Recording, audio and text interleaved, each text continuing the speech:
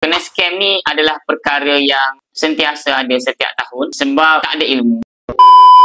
Sebab tu hari ni kalau tuan-tuan tengok dekat saya punya TikTok, ada tak saya jual emas? Saya tak jual emas. Saya bagi ilmu. Tuan-tuan nak beli emas, beli direct dengan public gold. Sebab tugas kami sebagai dealer ni, kita pandaikan tuan-tuan tentang ilmu emas. Okey, antara perkara penting lah sebelum tuan-tuan nak menabung emas ni, pertama tuan-tuan kena tahu. Emas ni adalah simpanan untuk jangka masa yang panjang. Itu kena tahu. Sebab ada juga mereka ni yang simpan emas, bulan depan dah nak jual. So mereka ingat untung padahal mereka rugi. Sebab apa? Sebab tak ada ilmu jugalah. Yang kedua, tuan-tuan kena pastikan beli emas dapat emas fizikal. Jangan beli emas dapat nombor, beli emas dapat surat. Kalau tuan-tuan tak faham tentang perkara ni, nanti tuan-tuan akan mudah kena scam. Hari ni kenapa ramai orang mudah kena scam? Sebab mereka terpedaya dengan cakap-cakap ejen. Kalau dulu beli 1 gram dapat 10 gram. Datang mana 5 gram lagi? Nampak tak? Tapi dekat public gold, beli 5 gram dapat 5 gram lah. So macam mana nak untung dengan emas? Emas tak janjikan keuntungan macam dividen ASB tabung haji. Keuntungan emas ni hanya peningkatan harga. So nak dapat peningkatan harga emas ni ambil masa berapa lama?